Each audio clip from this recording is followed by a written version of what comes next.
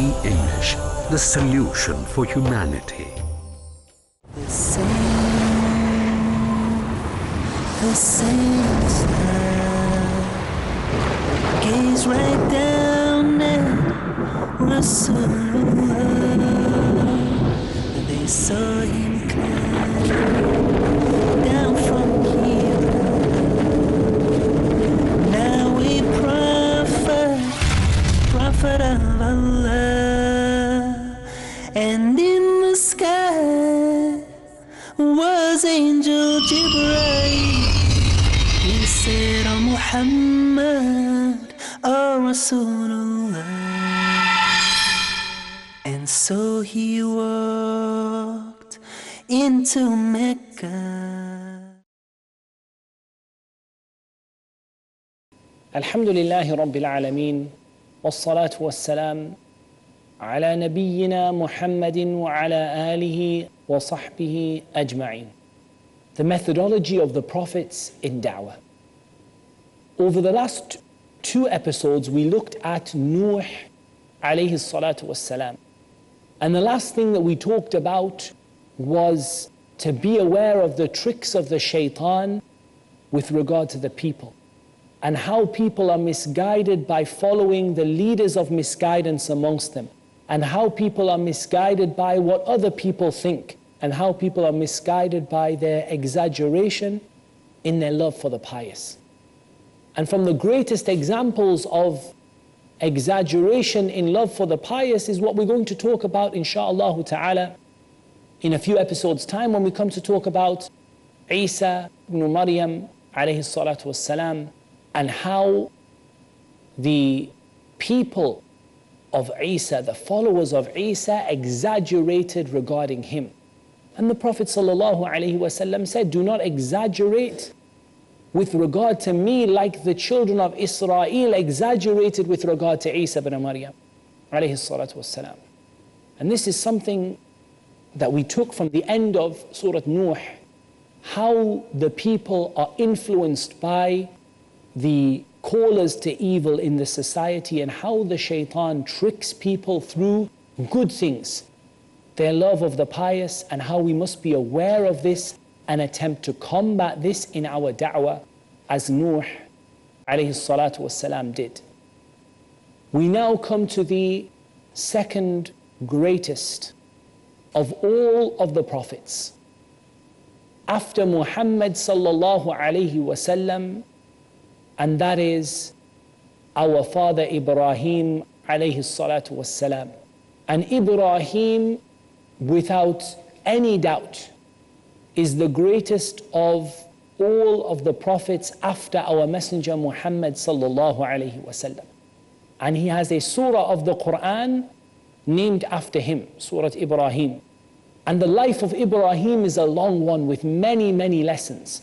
But again, we want to focus not upon stories of the prophets, but upon the methodology of Ibrahim in calling to Allah subhanahu wa ta'ala. And we're going to see this through a number of points.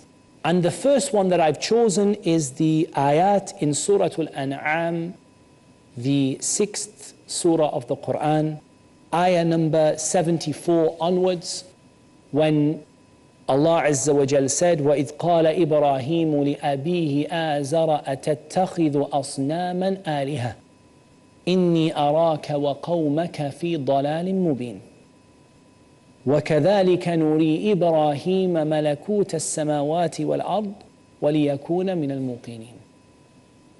And remember when Ibrahim said to his father Azar, "Do you take idols as aliha? Do you take idols as gods? Indeed, I see you and your people in manifest error. Indeed, I see you and your people in manifest error." Look at again the first thing that Ibrahim is concerned with, the taking of gods besides Allah subhanahu wa ta'ala. And it said that Azar was from those people who used to make the statues and the idols that were worshipped. And this gives us a number of benefits in our methodology in da'wah. First of all, our methodology in da'wah towards our families. Because Azar was the father of Ibrahim. وَإِذْ قَالَ إِبْرَاهِيمُ لِأَبِيهِ آزَرَ. When Ibrahim said to his father Azar. And the obligation of al-wala wal-bara, that our allegiance is to Allah subhanahu wa ta'ala and our disavowal is towards those people who have turned away from Allah subhanahu wa ta'ala. And that Ibrahim did not exempt his father from da'wah because he was his father. Nor did Ibrahim allow his father to continue worshipping other than Allah. Rather, he gave his attention to his father and his family, as the Prophet ﷺ did to his family. When Ibrahim said to his father, Azar, do you take idols as aliha? And we said that the word ilah is something that is worshipped. Do you take idols as objects of worship? Indeed, I see you and your people in manifest error. And Allah subhanahu wa ta'ala tells us in this surah, after saying, and thus did we show Ibrahim the kingdom of the heavens and the earth, that he be from those who have faith with certainty. Tells a story of Ibrahim, and one of the ways that Ibrahim gave da'wah to his people. فَلَمَّا جَنَّ عَلَيْهِ اللَّيْلِ رَأَى كَوْكَبًا قَالَ هَذَا رَبِّي فَلَمَّا أَفَلَ قَالَ لَا أُحِبُّ الْآفِلِينَ فَلَمَّا رَأَى الْقَمَرَ بَازِغًا قَالَ هَذَا رَبِّي فَلَمَّا أَفَلَ قَالَ لَئِن لَّمْ يَهْدِنِي رَبِّي لَأَكُونَنَّ مِنَ الْقَوْمِ الضَّالِّينَ فَلَمَّا رَأَى الشَّمْسَ بَازِغَةً قَالَ هَذَا رَبِّي هَذَا أَكْبَرُ فَلَمَّا أَفَلَتْ قَالَ يَا قَوْمِ إِنِّي بَرِيءٌ مِّمَّا تُشْرِكُونَ إِنِّي وَجَّهْتُ وَجْهِيَ لِلَّذِي فَطَرَ السَّمَاوَاتِ وَالْأَرْضَ حَنِيفًا وَمَا أَنَا مِنَ الْمُشْرِكِينَ. When the night covered him over with darkness, he saw a star and he said, "This is my Lord." The correct opinion here is not that Ibrahim doubted who his Lord was. All of the prophets from their birth worshipped Allah alone. Even if they were not given prophethood until later, when they reached the age of 40 and they were given prophethood, but throughout their lives prior to prophethood, they worshipped Allah alone and they did not make a partner with Allah. And this is a necessity to believe. So Ibrahim is saying this from the context of convincing his people of the foolishness of worshipping other than Allah. So in front of them, he sees a star and he says to them, "This star is my Lord." And then when the day comes, or when the clouds come and they cover over the star, he says, "I do not like those that set and disappear.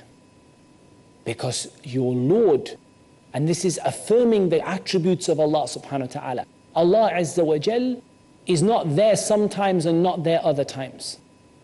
That if you're going to worship a Lord, then the God and the Lord that you worship is always with you in His knowledge subhanahu wa ta'ala.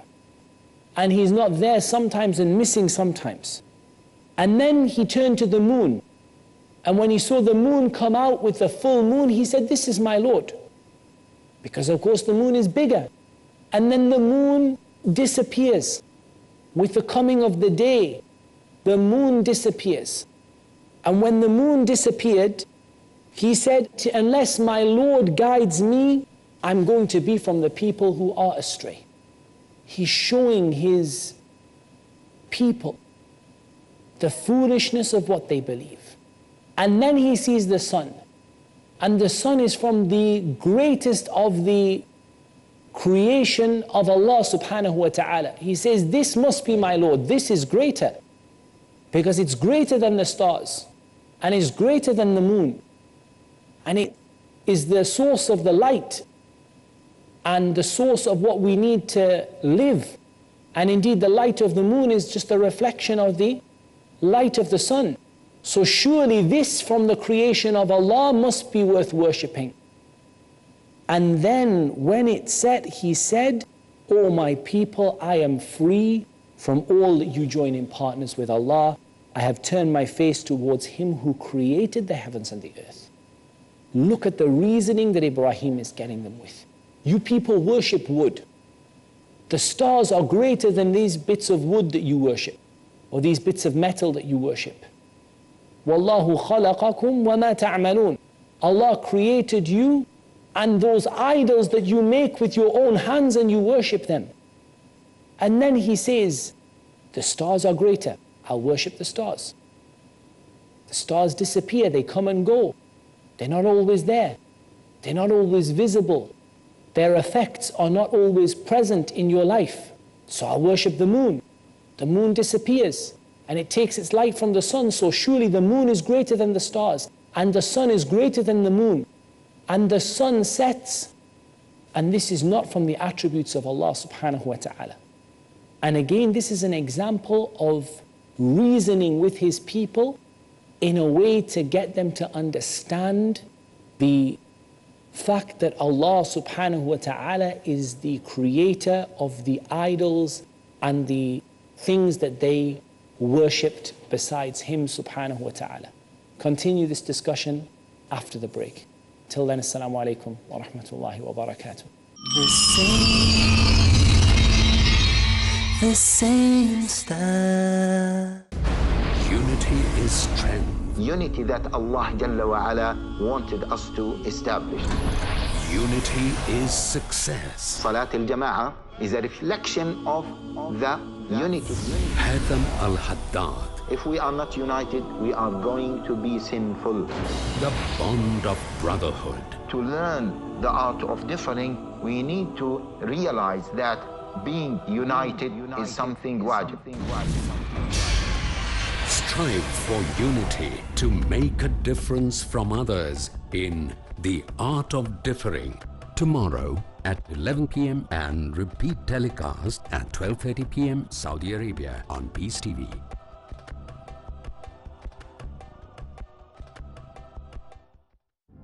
Where truth is hidden, misleading quotations create confusion. Where truth is hidden, lack of knowledge and wisdom cause upheaval and commotion. Where truth is hidden, manipulated scriptures and twisted facts emerge. This very hidden truth creates false propaganda, mayhem, chaos, disorder, and turmoil in our lives and the world order. But is there anyone with courage and wisdom? What is the truth, and who has the courage to expose it?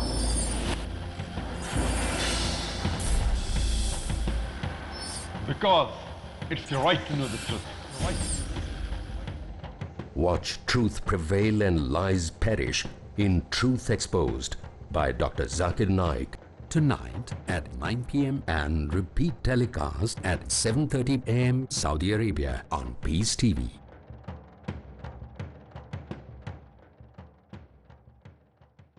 Who was the first prophet? Was a prophet the first one to read and write? Did God speak to a prophet? A prophet in a prison. A prophet who commanded the birds, insects, and animals? Want to know more? Join us for Stories of the Prophet. Stories of the Prophets. Tomorrow at 7:30 p.m. and repeat telecast at 10:30 a.m. Saudi Arabia on Peace TV. The same star. Assalamu alaikum wa rahmatullahi wa barakatuh.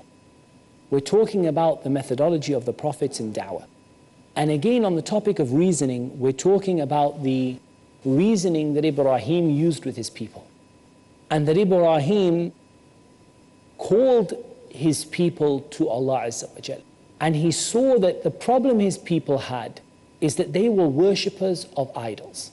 And so he set about proving to them that the creation of Allah that is greater than the idols is not deserving of worship.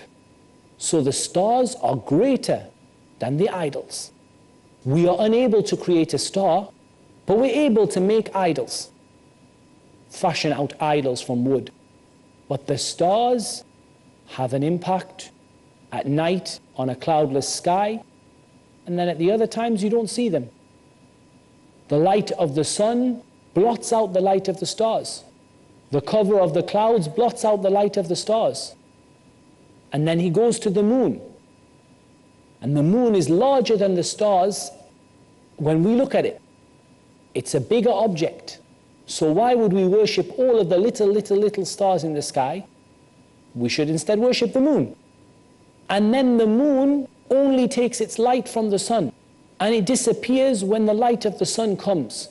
And the light of the stars disappear when the light of the sun comes. And the sun is brighter. And of course we know that the sun is a bright star that is near to us. And so the sun is brighter. But when the sun sets, Ibrahim explains to his people that if the sun is not deserving of worship, and the sun doesn't have the characteristics and the attributes that are befitting to the Lord of the heavens and the earth, then how can you worship these wooden objects or these metal objects that you make with your own hands? Rather, who is it you worship? Allah, the creator of the heavens and the earth. Indeed, I have turned my face towards Him who created the heavens and the earth. He created the stars, and He created the moon, and He created the sun. And Ibrahim is showing them the foolishness of what they worship, without insulting those that are worshipped besides Allah, as Allah Azza wa Jal commands the Prophet Muhammad sallallahu alaihi wasallam and the believers. Do not curse those who are worshipped besides Allah, in case the people who are worshipping them curse Allah without knowledge. So Ibrahim is showing them the foolishness of worshipping other than Allah. And this is appropriate as a methodology, not necessarily in the way that Ibrahim did it, but in general as a methodology of showing people the foolishness of worshipping other than Allah Azza wa Jal, and of saying that these wooden statues that you make, that you devoted yourself to, the stars are greater than them, and the moon is greater than the stars, and the sun is greater than the moon. And Allah Azza wa Jal is the creator of the stars and the sun and the moon, so will you not worship Him? Indeed, I have turned my face to the creator of the heavens and the earth. And this is the essence of the methodology. Use the lordship of Allah as a springboard to take people to the worship of Allah. And this is the point that I wanted to get across to you in this episode. Use the lordship and the creation of Allah and the power of Allah as a springboard to lead people to worship Allah Azza wa Jal alone. And reason with people regarding the attributes of a creator. And let me apply this methodology as an example if you were to apply it to the Christians.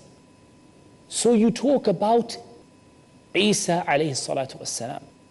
He is a human being.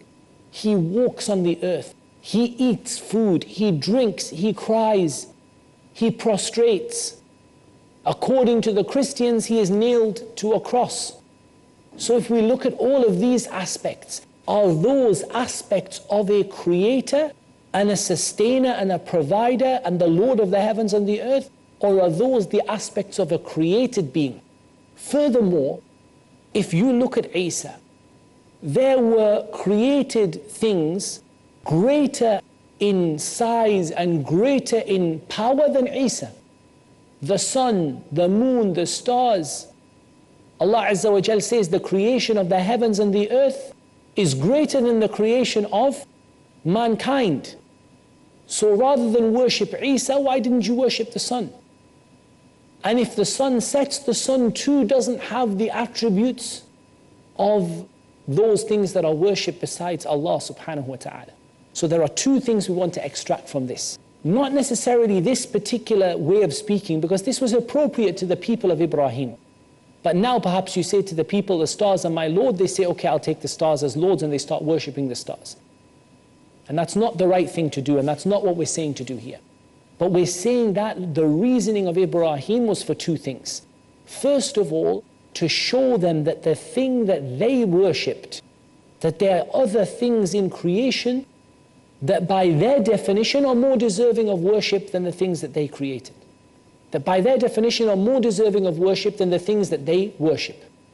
Then on top of that, and most importantly, that none of these created objects have within them the attributes of the Creator.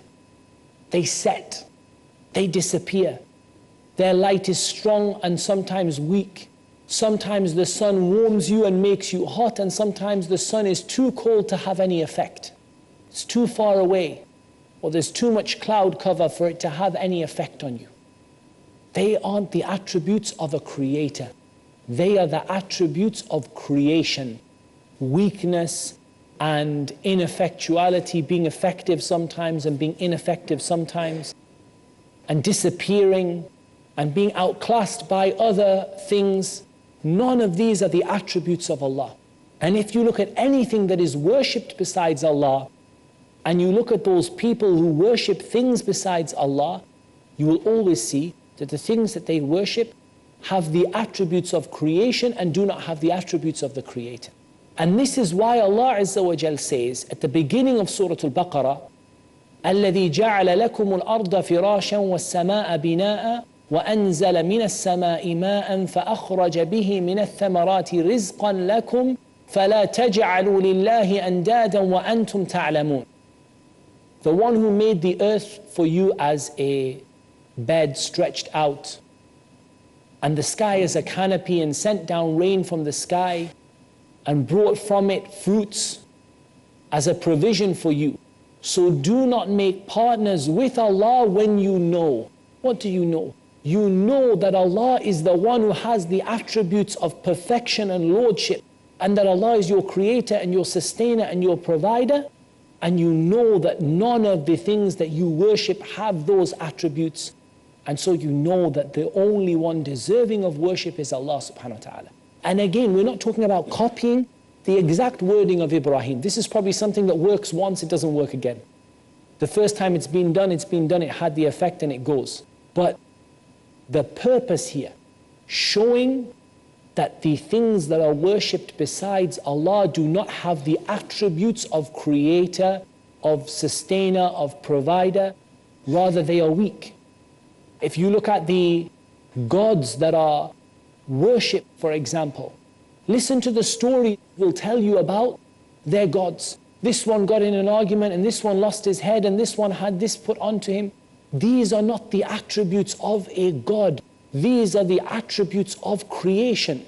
Creation get into arguments with each other. Creation lose limbs and heads, and creation cheat on each other and lie to each other and backstab each other. These are the attributes of creation, not the attributes of God. So use the reasoning of Ibrahim with the people to prove to the people that what the things that they are worshipping do not have the attributes of God. They have the attributes of creation.